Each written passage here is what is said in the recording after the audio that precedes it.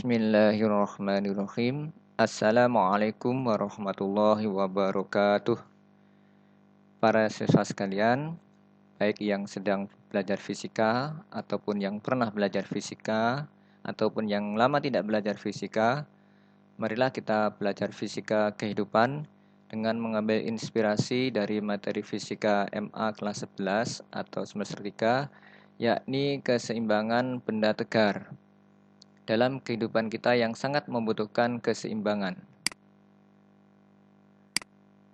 Nah, kita akan belajar keseimbangan benda tegar dengan memahami permainan jungkat-jungkit. Kita tentunya masih ingat permainan ini, jungkat-jungkit ini pernah kita mainkan di TK atau paling tidak kita pernah mengantar adik-adik di TK bermain jungkat-jungkit. Permainan yang memanfaatkan konsep keseimbangan. Permainan ini bisa dimainkan oleh satu anak dengan satu anak, atau dua anak dengan dua anak, atau tiga dengan tiga, atau mungkin tiga dengan dua, tergantung dari berat anak dan jaraknya ke poros jungkat-jungkit ini. Nah, ini kita lihat dengan animasi ini. Ada dua anak yang berbeda beratnya, B lebih berat daripada A. Bagaimana agar jungkat-jungkit ini seimbang? Kalau kita letakkan dua-duanya di ujung, tentunya B akan ke bawah dan B mungkin akan jatuh. Dan ini tidak seimbang. Agar seimbang, maka B harus lebih dekat ke poros. Nah, ini bisa terjadi karena momen gaya B dan momen gaya A itu besarnya sama dan arahnya berlawanan. B searah dengan jarum jam dan A berlawanan dengan jarum jam. Kita mengatakan momen gaya A sama dengan momen gaya B dan arahnya berlawanan, atau sigma tau, sigma momen gaya, resultan momen gaya sama dengan 0. Momen gaya itu apa? Momen gaya itu adalah penyebab benda bergerak rotasi, yaitu hasil kali antara R jarak atau lengan gaya dan gaya. Lengan gaya A dan berat atau gaya berat A. Nah, inilah syarat seimbang, yaitu sigma tau sama dengan 0, atau resultan momen gaya sama dengan 0, yaitu momen gaya A, RA, WA sama dengan RB, WB. Seperti itu. Nah, ini berarti bahwa jika berat B lebih besar daripada berat A, maka B harus lebih dekat ke poros daripada A. Inilah yang akan menyebabkan benda seimbang. Jadi sekarang kita paham, jika berat B lebih besar daripada berat A, B lebih besar daripada A, maka B harus lebih dekat ke poros daripada A. Seperti halnya ini, jungkat-jungkit tadi, kita harus seimbang antara dunia dengan akhirat, yang tentunya tidak sama besarnya. Dunia itu sangat kecil dibandingkan dengan akhirat, sehingga akhirat harus kita letakkan dengan dekat dengan pusat atau poros daripada diri kita. Nah, pada diri kita, poros itu adalah hati kita. Oleh karena itu, dunia yang sangat kecil, yang kalau dibandingkan itu ibarat jari kita celupkan ke dalam air laut, maka air yang menempel di jari kita itulah dunia dengan segala kenikmatannya. Sedangkan air yang ada di lautan yang luas itu adalah akhirat, sangat jauh. Oleh karena itu, letakkan dunia itu hanya di tangan kita, jangan di hati kita. Maka hati kita harus ada yang lebih besar lagi, yaitu Allah. Allah lah yang lebih besar, itu yang harus selalu ada dalam hati kita. Dan akhirat harus senantiasa ada dalam pikiran kita, yang senantiasa ada dalam orientasi hidup kita untuk memikirkan akhirat. Meskipun kita berada di dunia ini, dan dunia kita letakkan di tangan ini. Saat kita belajar, saat kita bekerja, saat apapun, itu sebenarnya adalah urusan akhirat.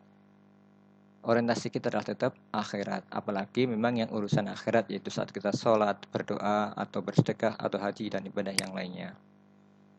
Para siswa sekalian, itulah beberapa hal yang berkaitan dengan keseimbangan dunia dan akhirat.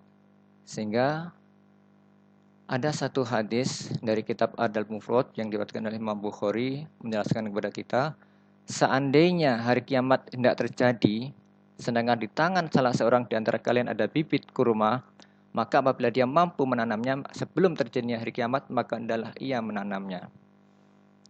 Inilah ungkapan yang sejalan dengan nasihat juga yang sebagian mengatakan ini hadis maudhu. I'mal lidunyaka ka'annaka ta'ishu abada wa amali akhiratika ka'annaka tamutu goda.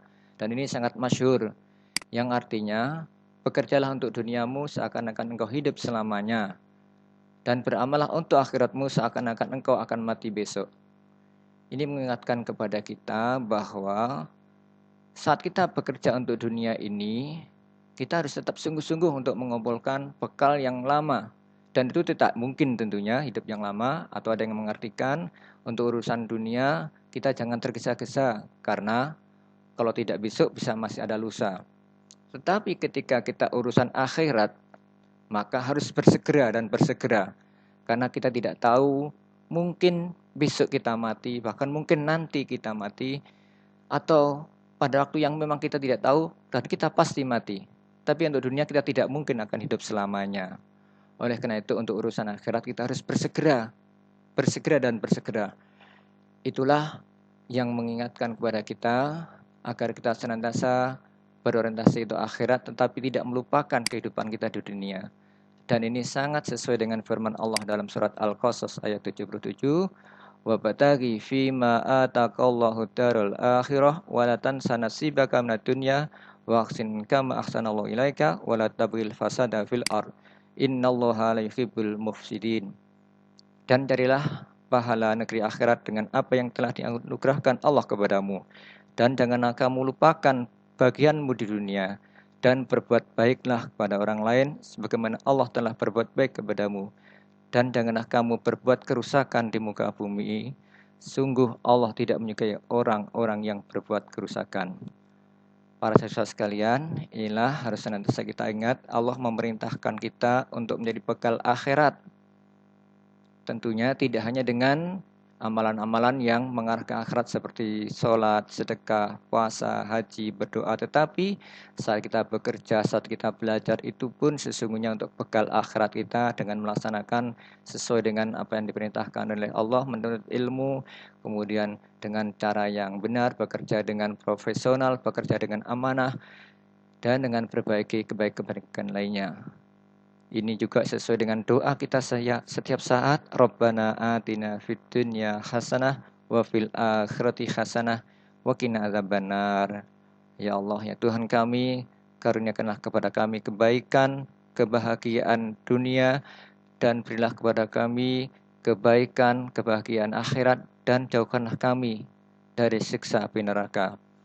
Demikian mudah-mudahan sedikit kita belajar fisika kehidupan ini untuk menjaga keseimbangan antara dunia dan akhirat, jasmani dan rohani. Tentunya kalau kita ingat dengan porsi yang tidak sama, karena dunia itu jauh lebih kecil dibandingkan dengan akhirat yang jauh lebih besar dan lebih luas, yang harus urusan yang harus kita segerakan, harus kalau ada di dalam hati kita, harus selalu ada dalam pikiran kita, harus ada dalam orientasi kita, dan untuk senantiasa tetap mempersiapkan untuk kehidupan kita yang lebih baik dan tentunya dalam rangka menjadi bekal akhirat yang sebaik-baiknya. Demikian, semoga bermanfaat. Kurang lebih maaf. Assalamualaikum warahmatullahi wabarakatuh.